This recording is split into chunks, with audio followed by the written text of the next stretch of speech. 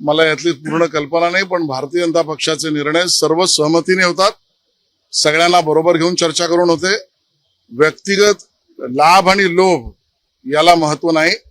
पक्ष, नागरिक, शहर याची प्राथमिकता आम्ही विचारात घेऊन निर्णय करतो. पण मी एवढं सांगेन, जो फुटून जातो तो भाजपवाला नाही. जो भाजपच्या विचारांशी प्रामाणिक आहे तोच स्वयंसेवक, तोच कार्यकर्ता.